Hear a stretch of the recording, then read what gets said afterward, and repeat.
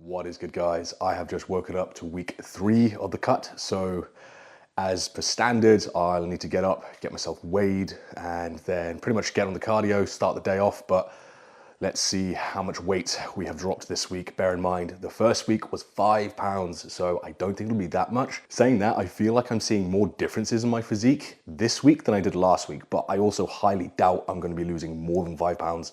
I think it'll be quite a bit less than that, but it is just the leaner you get, the more obvious the changes become every week. And I've just realized I've left my cupboards open and it is too early in the morning to be filming this over and over again. We'll just do this in one take.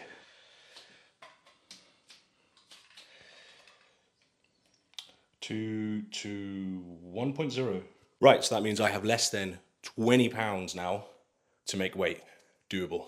So that is a 3 pound drop from last week. I am happy with that. That is all I need. I actually want to be averaging pretty much 2 pounds a week now going forwards, and I should be able to make weights absolutely no problem. However, today the fat burners go in. That's why I left my cupboards open. I was getting out the fat burners to take before my cardio. So I'm gonna go do my cardio now, get showered up, and I'll catch you guys to let you know what's happening this week for the cut.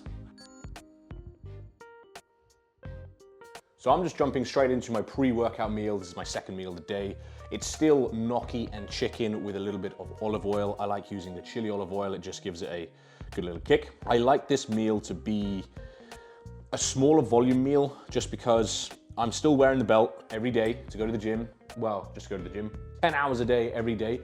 Got it on under here. So I usually just wear the belt over a tank top or a t-shirt and then put a hoodie on if I'm going out in public. Saying that, I was walking the dog the other day just in a t-shirt with my belt on, and I actually didn't give a damn what people thought of me. It's like, it just is what it is. I just don't care. You know, I have to look good for a living. I don't have to look good when I walk my fucking dog, you know what I mean? So back to my point. I like having a small meal because if I have a large meal, it's gonna sit really heavy above the belt. You know, it's just gonna sit there while it's digesting, and it's really uncomfortable if you're trying to train with a big bloated stomach. Okay, bloated's probably the wrong term because it's not bloated. It is just food, sheer food just sitting in my stomach. So while the hunger is still not ludicrous, because that stage will get there, I'm having a smaller meal before I go to the gym, but it's still the same amount of carbs. And that does also mean I avoid the vegetables before the gym. I prefer to have that in my meals after the gym.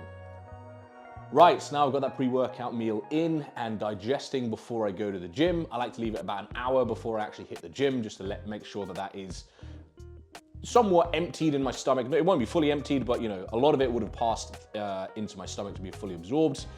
So now let's talk about what's changing in week 3 for me. As I said earlier, the introductions of fat burners is the first one.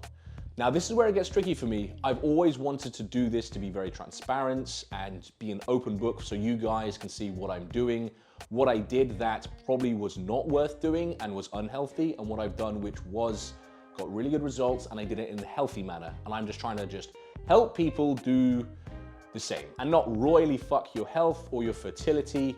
Well, I guess that counts as health, but you know what I mean. Just don't fuck yourselves up. And I do think the vast majority of people watching do understand the health implications that are involved with PEDs, and you also understand that I take so many supplements to keep my health in check and just do things as healthy and safe as possible, because there's always that element of risk. And then there are people who do not understand the message, and all they want to hear is how much PEDs do I have to take to look like you, completely ignoring the diet, completely ignoring the workouts, the cardio, the supplements, the entire lifestyle. They just want to know the PEDs. I shit you not, I have 17 and 18-year-olds in my DMs asking for PED advice just because they want to look good to go to the beach. They don't compete, they've only been going to the gym for a matter of months, and they want to jump on a cycle. And that is the problem with being open and transparent about everything that I do. People abuse that information and they do things in the incorrect manner, but I am still technically to blame because I was the one who gave them the information in the first place. And that has put me in the tight spot. So I understand that I have a certain level of influence, especially with the younger generation, people who are just starting off bodybuilding. They want to know what it takes to turn pro, so they listen to people like me talking about my journey and what I had to do to get there. But let's also face the facts. When you're young, you're dumb. You do stupid shit. Everyone does it. I did it. So let me know in the comments what you guys think. Is it okay if I just say I'm taking Plen for a fat burner, or is even that too much information? Because I am on Clen, that is the fat burner we introduced going into week 3. I take a specified amount before my fasted cardio, and then I take another specified amount before I go to the gym. We're also going to be introducing ephedrine or ephedrine, however you want to pronounce it, and Winstrol. Again, how much information is now too much information? I do not know the answers to this, so guys, please help me out. Let me know in the comments what you think. So, to continue, what is being introduced into week 3? More cardio. So I'm doing 20 minutes of cardio post-workout now. I'm gonna go to the gym. We're gonna film a little bit of a shoulder day. We're just gonna do a montage because shoulders is not the most exciting workout. Lateral raises, you know, more lateral raises, and then maybe some more lateral raises. I am supposed to be filming a check-in today for my coach, so I'm just gonna share that content with you guys, and then I can compare my day 1 till now to show you how much my physique has changed over the course of the 2 weeks.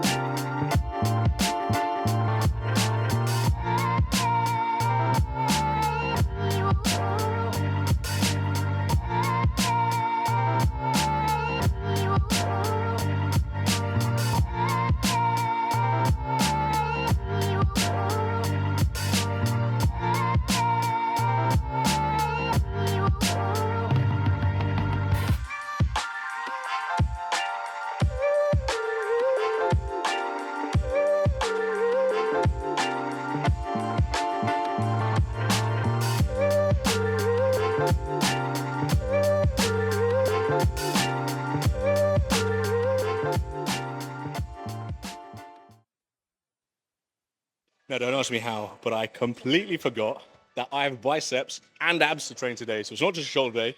We're throwing in some biceps. Only 2 exercises for biceps, 1 set for abs. Then we get some posing in.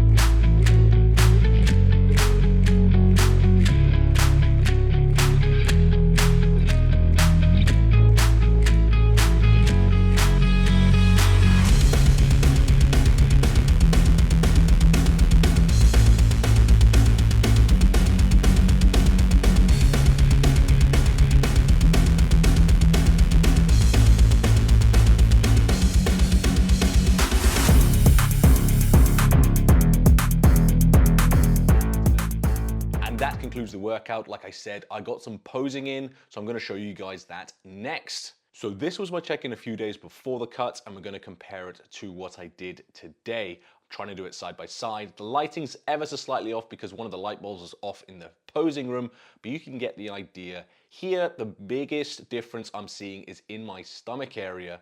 The back posing actually didn't look too different. If anything, I prefer the before because I was posing differently. I separated my traps a little bit better and it gave a bit more detail. But that detail in the upper back is much better, and the lower back, of course, now.